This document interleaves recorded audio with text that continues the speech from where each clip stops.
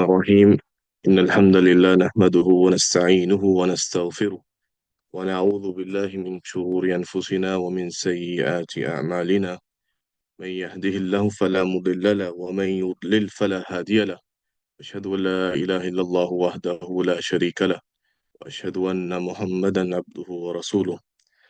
Welcome everybody for this meeting that we're having.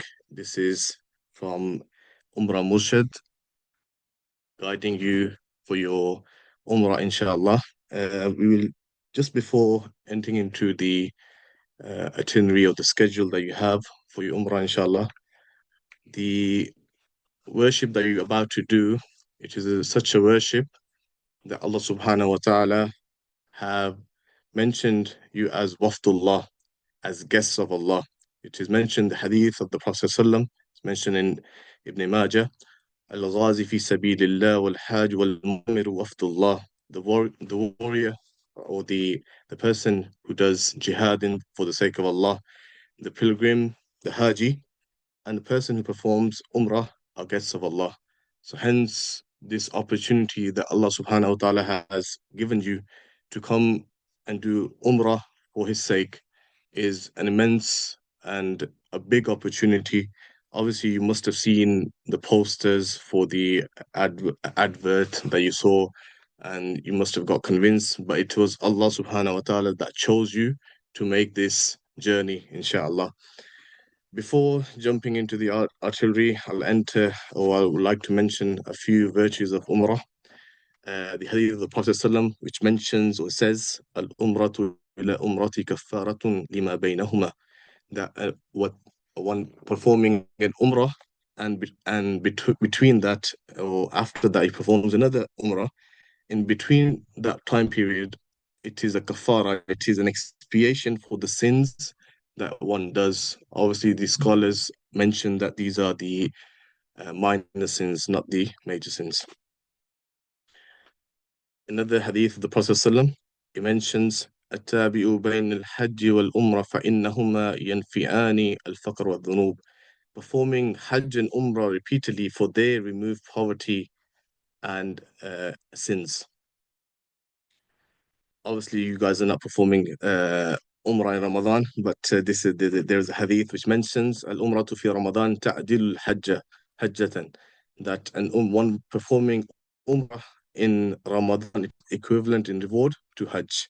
So may Allah allow you to do Umrah again in Ramadan as well, inshallah. Barakallah feek.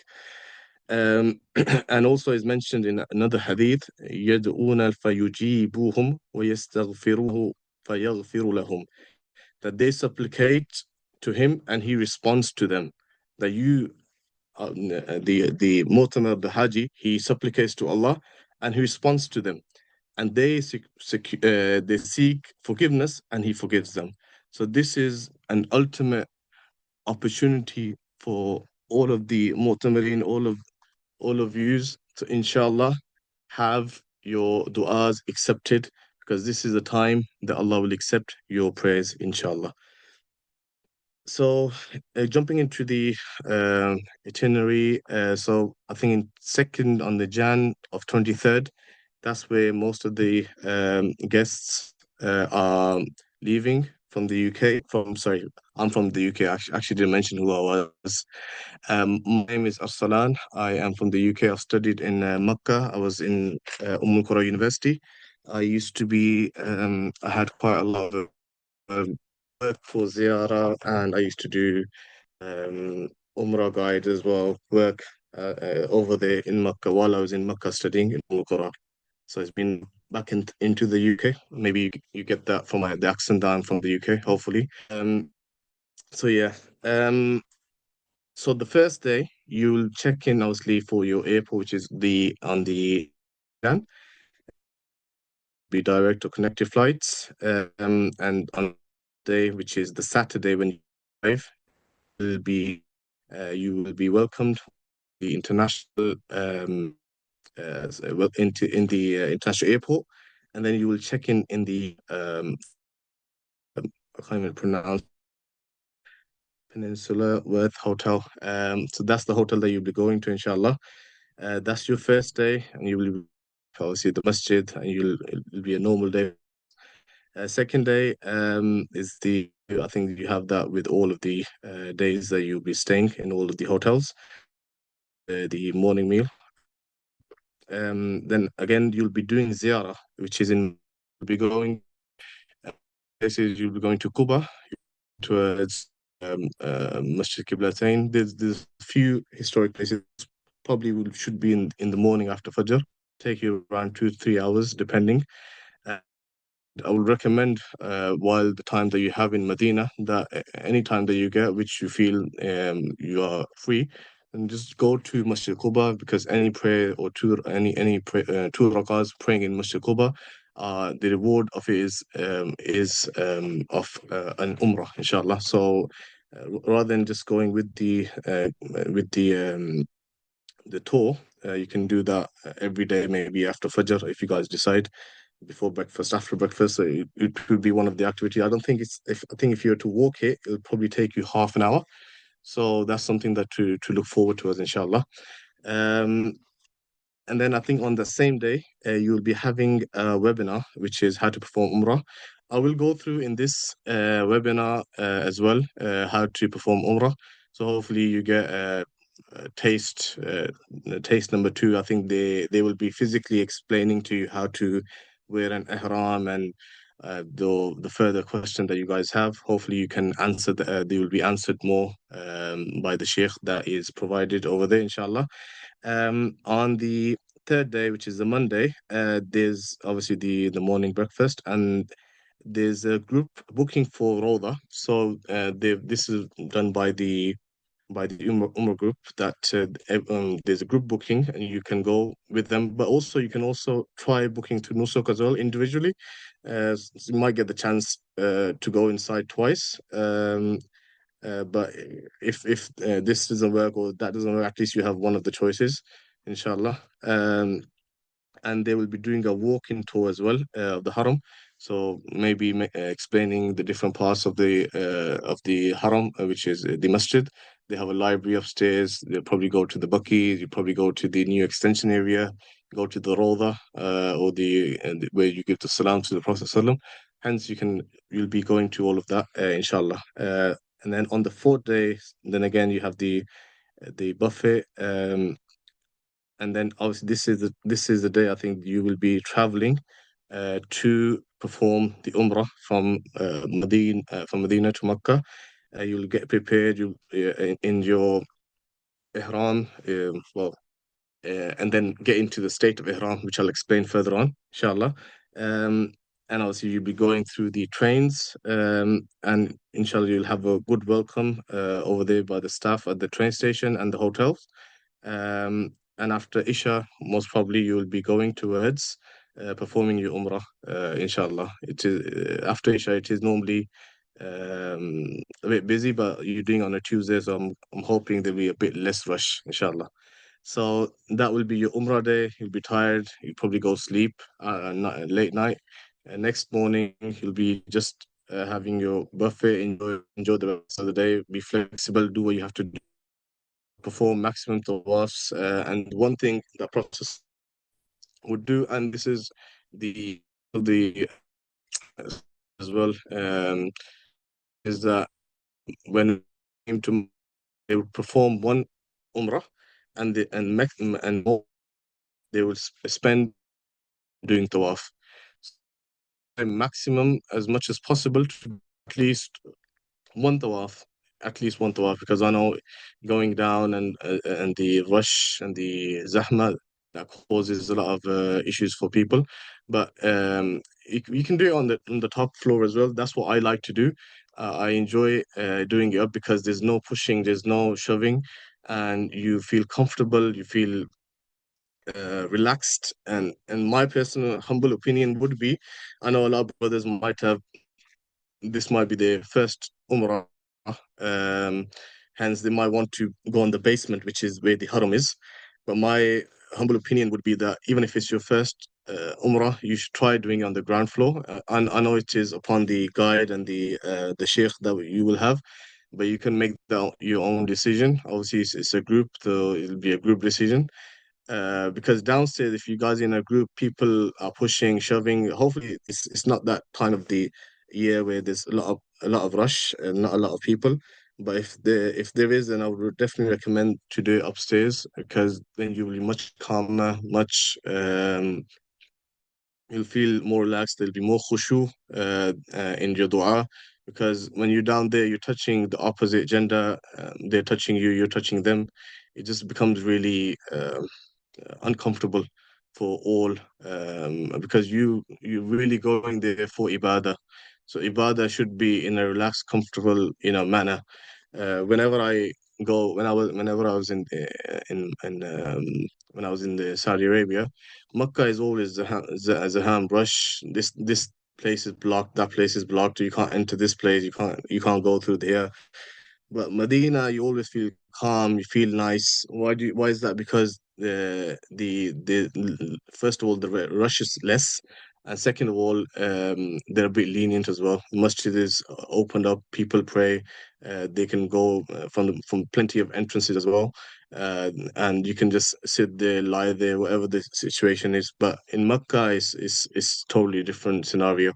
Hence, the psychology or the nafs of the person is that he likes to be in a place where he's comfortable, where he feels that he can relax. So hence, that's why I say it's better if you do on the ground floor or the first floor, but not on the basement. Where you guys have that, you can make that decision up, inshallah. And I've shared uh, my experiences and my suggestions. So that is I think that was the day that which I mentioned, which is Wednesday, day 5. So day 6 is buffet again, and then you are doing a tour, ziyarah. So here you will be going to Ghare Thawr. This is where the Prophet ﷺ and Abu Bakr radiallahu anh, they hid for 3 days and 3 nights before going to Medina. That should be the first point. And you probably go towards Arafah, Muzdalifah, Mina. You see all of these points, and it does should give you a boost, learning about where what happened, especially the Jamarat that you'll see where the Shaitan they were hit with the pebbles by Ibrahim alayhi salam, and inshallah it should give you a boost, bidnillah. Um, so and there's a tour which is on there's a museum by the name of it's called Marad al Wahi. Um, Exhibition of Revelation. This is just under at the footsteps of the Mount of Hira. So it's a good exhibition. It talks about the revelation, it talks about all the prophets, and then in the end, uh, how the revelation was given to the Prophet ﷺ. So it's a very good exhibition. So you should definitely look forward towards that, which is on the Thursday, day number 6. So day number 7 is again you have the buffet, you'll have the Salah, which is Jum'ah, and a group visit to Masjid Aisha. This is for the second Umrah. So obviously, second Umrah, I wouldn't recommend it, but if somebody wants to do it, I wouldn't say don't do it. It's a ibadah, and it's your choice if you want to do it. But Prophet ﷺ never did 2 Umrahs in one trip. So hence, I would say if you want to follow the footsteps of the Prophet ﷺ, do one Umrah, and all the rest of that time afterwards, just do tawaf. Just do tawaf and make dua. Spend most of your time in your prayers in the masjid, and then rather than shopping and going wherever you want to go, rather just stick in the masjid. Make because it's only 7 days technically that you will be there, or 8 days, and each prayer is 100,000 reward than a normal prayer. So make the most of it while you're there. And inshallah, that is that. And then that will be your last Umrah, which is on the Friday. On the Saturday, that is your departure day, which is the where you will doing having your buffet again. Check out from Makkah. And then you'll be traveling towards Jeddah Airport, and then finally we'll go into your states in the US. So this is a brief artillery or itinerary or the schedule that you have. Now, very briefly, or I will whether I say briefly or I don't know whether it's going to go in detail or briefly, but inshallah, I'll try in my best to explain the how to do Umrah in your situation where you are in Medina. So you will be going on the Tuesday. day number 4, which is your day of Umrah. So you will be in your hotels. This is technically you're supposed to make your niyyah, which is the point of miqat from Zul Hulayfa. That is the place in Medina that you make the intention. If you were you guys are traveling from train, so hence when you have worn your ihram or you are in the state of ihram, I'll talk about the prohibitions just after this.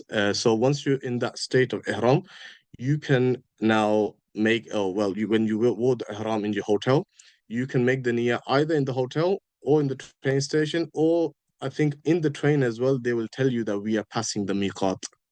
Hence, you can make that choice when you want to make that niyyah, which is Allahumma labbaik umratan, or labbaik Allahumma umratan.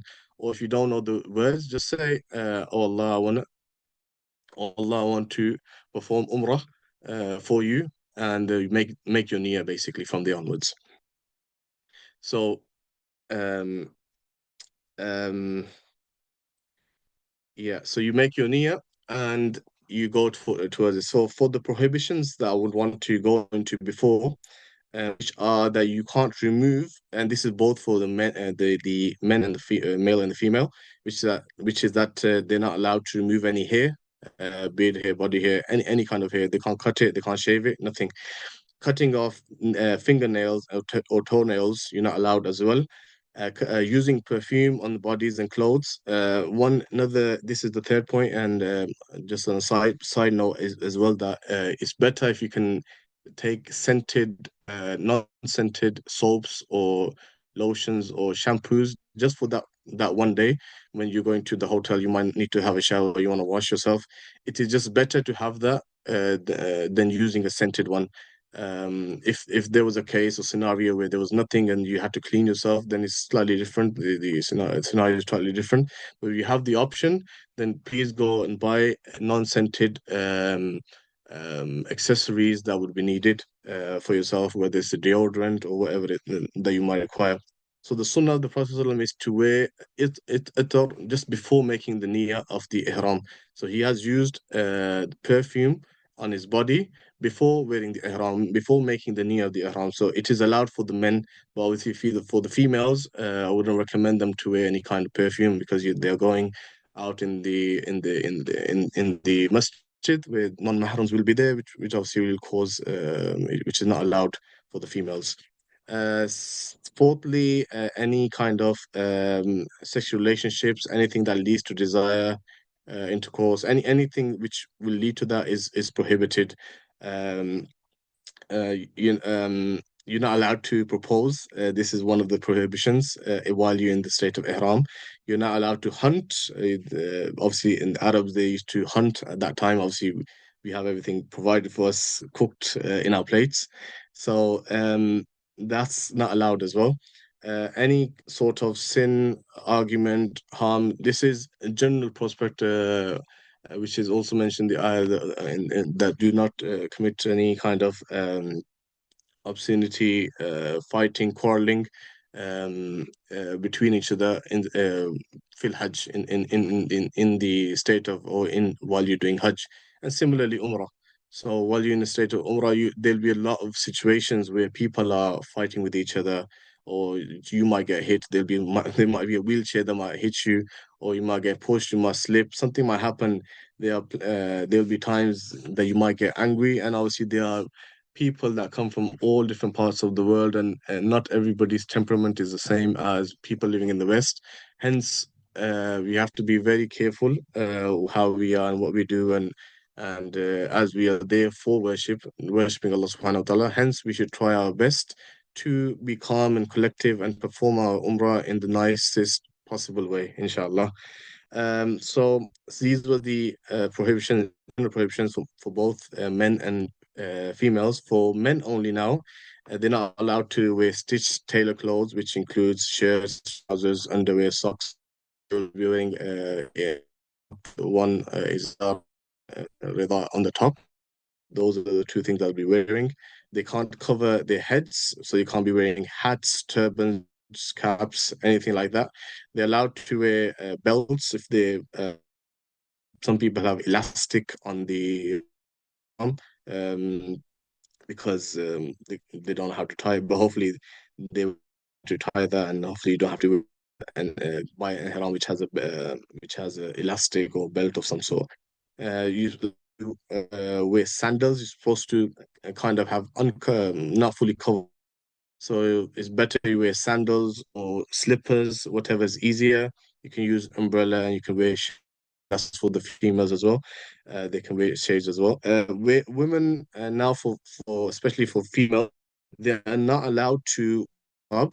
So niqab is not allowed for which fits their face. But what they can do is they can if they wear the niqab, they can turn that around on the other side, 180 degrees, and on the back side, the veil or the cloth that uh, in essence, so they're not really the face because that's prohibited the niqab, which is or tightly touching your face. So anything that can cover, or there's a better way, or I wouldn't say a better way, but some people what they do is they wear a hat and then they have a covering in front of them, so that covers that protects them from other people looking at them. So this is something that they can do and they should try to do. And wearing gloves are not allowed, so they can put their sleeves further up. Hence, they're covering their hands as well. And that's it for the prohibitions in essence. If there is anything, if there are any questions, then you can ask them afterwards. Which I can't see in the chat at the moment. Let me open the chat as well. Oh, that's fine. So you can write down the questions, and we'll answer those questions as we go along as well, inshallah. So you made your niyyah now. You've said the words Allahumma labbaik umratan, or if you're doing umrah for not for yourself, if you already done umrah for yourself, for example, you can do it on somebody else's behalf who hasn't done umrah, for example, your parents who have passed away. So you can do umrah for them, but you'll have to say Allahumma labbaik umratan li abi for my dad, or li ummi or for my mom. So hence, or you can even say in your own words, as long as you're saying that I'm doing umrah for for for my mom, or for your sake, Allah. So you can do that as well. And the one thing, or the few narrations are mentioned in terms of making dua, the famous one is labbaik Allahumma labbaik labbaik la sharika lak labbaik innal hamda wa ni'mata lak wal mulk la sharika lak. That here that we're mentioning that, oh Allah, we are here. We are here at your service, oh Allah. We are here at your service. You have no partners. Here I am. Truly, all praise and blessings are yours, and all the dominion is yours, and you have no partners. So, in essence, it is a talbiyah, or a saying of al tawheed, and saying that, oh Allah, I am your servant, I'm at your service, and you have no partners. And you're the only one who is all praiseworthy, and all blessing, all dominion is yours. Hence, we are praising Allah. We are saying the kalimat tawheed, or prayer kalimatul hamd for um, uh, and you have to repeat these from the time that you made your ihram, or niyyah of ihram, which is your the first words that you mentioned, till the point you see the black stone. So just imagine you're performing umrah and you are just traveling on a bus, on a train. Just think of Prophet ﷺ doing that. They were in There are other du'as as well. Obviously, this was the one that upon. But all of that time they're making this du'a. So most of that time that they're trying to come to Makkah, this is the most du'a, the actual du'a that they're making just before making coming into the state, or coming into Makkah, or into till. So it is a very important talbiyah, and I think you should everybody remember by saying it loudly. Obviously, females loudly. For the males, they should say loudly and remind everybody that this is what they need to do. And now that you've come to the black stone, Um, so, and this is the point that you stopped saying talbiyah now. So you will most probably get to the hotel, get it'll be Isha time, and be entering, and you'll see the, and you'll see, and whether you're downstairs or upstairs, you'll see you. And if you're upstairs, there's on your student shoulder on the, and that is the actual spot that you need to start your tawaf from. Basically, you'll be looking as you're putting your hand up and saying Bismillahi Allahu Akbar or Allahu Akbar. You can start with, and the rest you have to do anti-clockwise. You will be saying Bismillah Allahu Akbar, whatever you would like to say. I think both are proven, especially for the first one, definitely. There is narration, inshallah.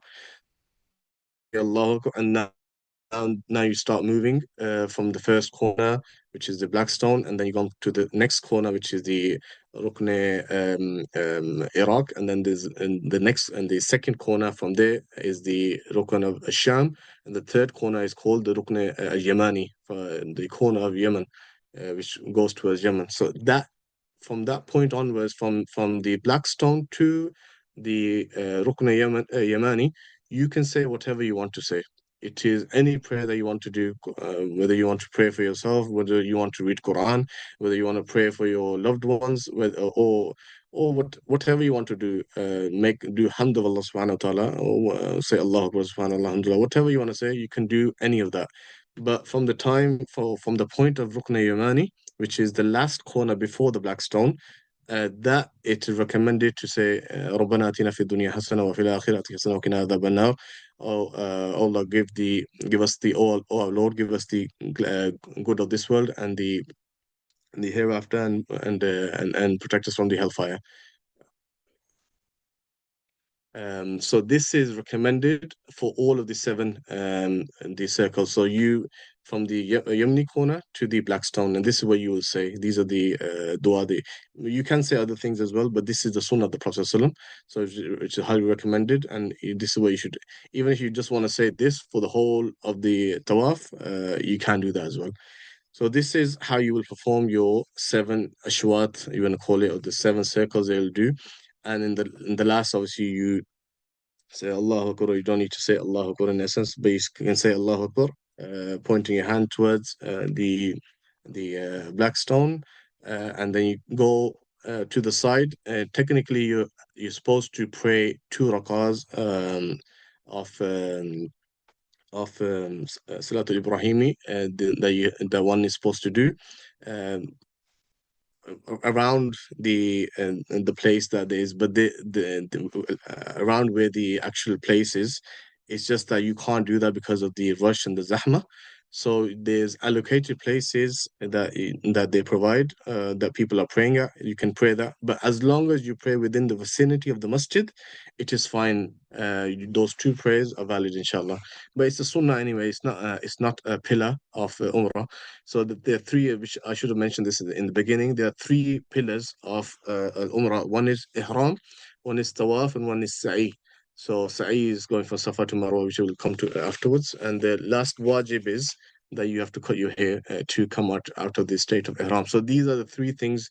If you do three things without even saying a word, obviously you have to make the niyyah, obviously, uh, your Umrah is still correct. Yes. So you don't have to worry about, oh, is or if I've said that, or this Niyyah was there. Uh, the Umrah is obviously the Miqat, you have Niyyah before, as if you know you have the Umrah. Anything that you say afterwards, even if you didn't say anything, uh, then you but let's not go to the details or nitty-gritty. But so you will be reading the two rak'ah of Salat Ibrahim, and then you can give me, um,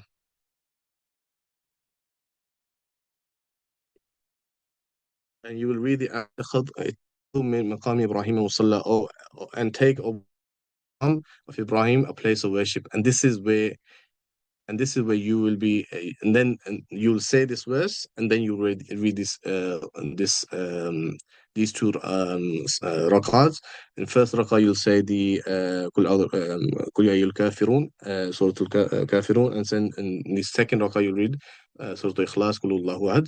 And from there, you'll drink Zamzam. You'll drink Zamzam, and you will pour Zamzam on your head and wash yourself, in a sense that you put your Zamzam on your head. There are narrations where they said that when you drink Zamzam, you should make prayer. That's generally, we can do that in your Umrah as well. Make a niyyah of some sort while you're drinking the Zamzam, and drink Zamzam, inshallah.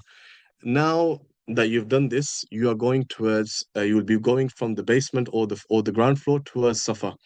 And as you're going towards it, you will as you see the as you'll see the Mount Safa, you'll say Inna Safa wal Marwata min sha'airillah, that the Safa and Marwa are the signs of Allah. And now you'll say the next words are Abdaw bima bada Allahu bi, that I start where Allah began, in essence, which means that I'll start from the point where Allah subhanahu wa ta'ala has commanded us to start. So here you will see, look towards the Kaaba, raise your hands, and now make your prayer, which is Allahu Akbar, Allahu Akbar, Allahu Akbar, La ilaha illallah wahdahu la sharika lahu, lahul mulku wa lahul hamdu wa huwa ala kulli shay'in qadir. لا إله إلا الله وحده أنجز وعده ونصر عبده وهزم الأحزاب وحده. So you make this prayer. Now you make your own prayer. So you said this, make this dua, Allah Akbar, Allah Akbar, and all of that. Now you make your own dua. Now the third thing that you do, you read this dua again, which is Allah Akbar, Allah Akbar, Allah Akbar, and till the end. Now you make your own dua now again. And now the third and the last thing that you do, you make that prayer again, Allahu Akbar, Allahu Akbar, Allah, till the end. So you in between in that time, so you read that dua three times, and in between that you make dua for yourself, or whatever you want to say in between. So hence you make that dua, and now once you've done that three times, you start going towards Marwa. As you're going towards Marwa, you'll see some lights. This is the green lights, and this is where the men are supposed to swiftly run or jog. This is where the area, or it is the area where Hajar alayhi salam, she ran looking for water for Ismail alayhi salam at the time, which she could not find, and she was hastily going up and down looking for water. So just for that struggle for us to have that in our mind, the men run. Obviously, in the Sharia, does not recommend the woman to run, because obviously it expose her body parts. And also, even though it was Hajar alayhi salam, she was the one who was running, but it is a sunnah of the Prophet ﷺ that we follow his way and what he's told us to do. And this in itself is brilliant when we look at the Sharia of Allah subhanahu wa ta'ala, that it's not the sabab, the reason, or it was in our brain it should be that a woman ran, so a woman should be running here, but rather it is a man. And it is by the excellence of this religion. Walillahi alhamd. And then you will go towards Marwa, and in between that time from Safa to Marwa, you can make any dua as well, or pray, or read Quran, whatever you want to say. So, but one thing I do want to tell you is that from Safa to Marwa is one round. It is not from Safa to Marwa to Safa as one round. No. Rather, you start from Safa, you go to Marwa, that's one. You go from Marwa to Safa, that's two. You go from Safa to Marwa again, that's three. You go from Marwa to Safa, that's four. You go to Safa to Marwa, that's five, and then six. And then when you go back again, which is to Marwa, that's the seventh point. And that's how you will end your seventh Ashwat, or seven cycle. Yeah, in essence, Ashwat. And in Marwa, you have to do the same, which I mentioned in Safa. So you say Allah Akbar, Allah Akbar, Allah Akbar, read the complete prayer, and then you make your own dua. Read this prayer again, make your own dua again, read this prayer again, and then you start walking towards Safa. Wassalatu wassalamu ala Rasulillah. Sorry for the cut off. So we were just at the end of doing Sa'i, which is where we were at the point where we were about to end our third pillar, which is the Sa'i, where we were to just go and um, end at Marwa. So when we come to Marwa, and this is the last walk towards Marwa from Safa, you don't have to make any prayer. So from Safa, you made prayer, then you made prayer in Marwa, and you do the prayer 7 times in essence. But when you go on the last time, there's no prayer. From there, you just go and exit the Haram. And what you need to do now is to come out of the state of Ihram. Everybody, for the males, they can shave their heads. It is made the Prophet ﷺ made supplication 3 times for the person to shave, and rather when people said, "What about the people muhallikin? What about the people is it muqassirin?" I think he said. He meant people who cut, and then he said for them as well. So it is better that if, especially if you're first Umrah as well, whether it's your first or second or third, I would always recommend you to do your to do full halq. But if you are planning to do a second Umrah straight after, which I think you most of you people are trying to do, then I would just recommend that you do a trim, and then when you do your second one, then you can do your full shave, because it takes for some it takes 7 days for to get some kind of hair back on the head. Hence, if you want to do 2 umrahs, so I'll recommend first you trim it so you have some hair for the second, and then you can shave on the second. For the females, what they're supposed to do is they're supposed to get a bunch from the back of their hair and cut a fingertip worth of hair, and that's all what is required from the females, and hence that will be enough for the men and the females to come out of the state of al ihram, and this is where we completed our umrah. If there is anything that you guys want to ask, if you think I haven't explained something well, then let me know in the chat, and then I'll try giving my answers towards that, inshallah. Barakallahu feekum. Any questions?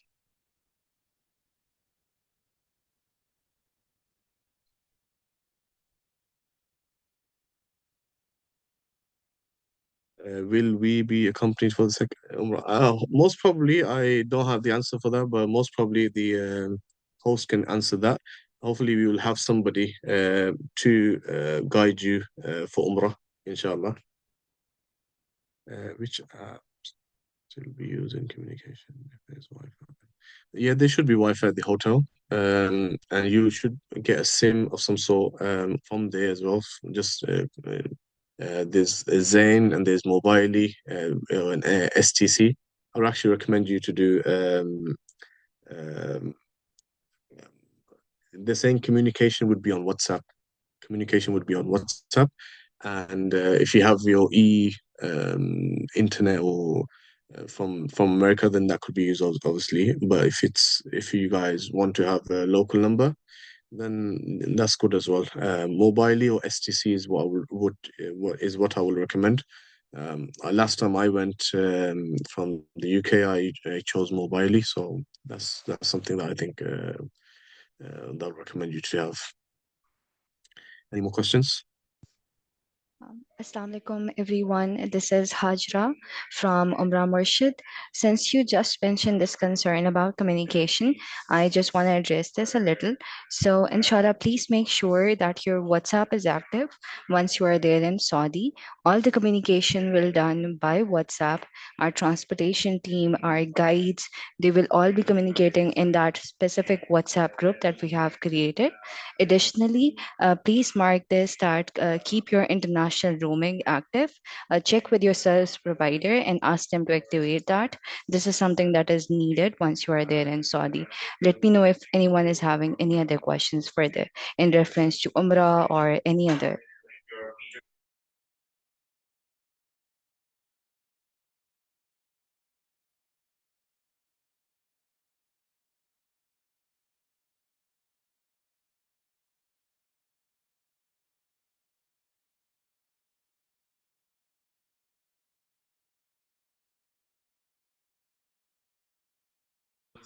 I hope there are no more questions. So, Brother Khwaja, please end the meeting now.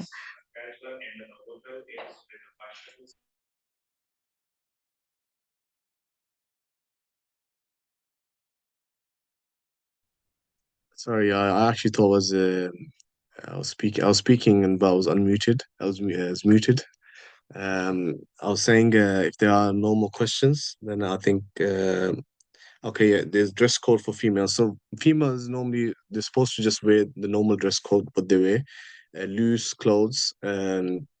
Obviously wear abaya. And I mentioned obviously if you're doing niqab, obviously I consider it to be wajib. And if you do niqab, then you can just turn that around, and that will just basically cover your face without making your face tight in any way, shape, or form. So anything loose, you're not supposed to cover your hands, so you can have your long sleeves. Or and also shoes wise, it's not like men. They're supposed to have their you're supposed to wear sandals, slippers. They're not supposed to have closed shoes. So women can do that. They can have that as well. And they can wear closed shoes. So it's for females. It's much easier in that regard. They'll be in their normal dress code that they wear. Obviously, no perfume and obviously you know makeup and all that kind of stuff is not recommended. Any more questions?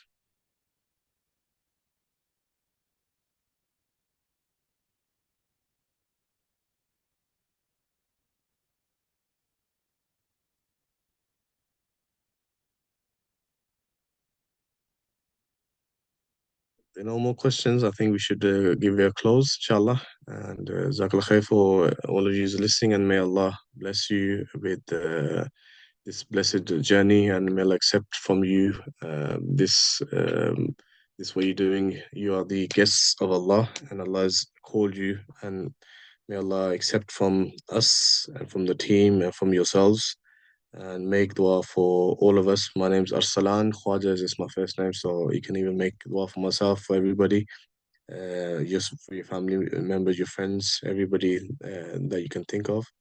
Jazakumullah khairan, barakallah feek.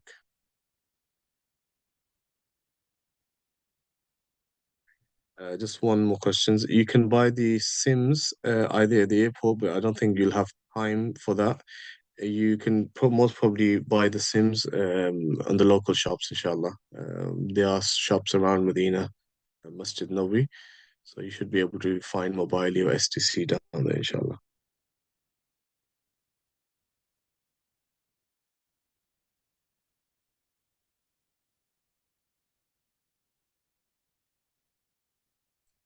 The Sister Hajj has already mentioned that you can purchase at airport.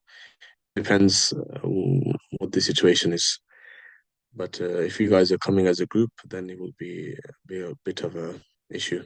But if you guys are coming separately, then it's doable in that regards. Should we give it a miss? Should we say cut this off, inshallah? Sister Hajar? Yes, brother. Let's end this. Alhamdulillah. Jazakallah khair. Yeah, yeah. Assalamu alaikum, everyone. Assalamu alaikum.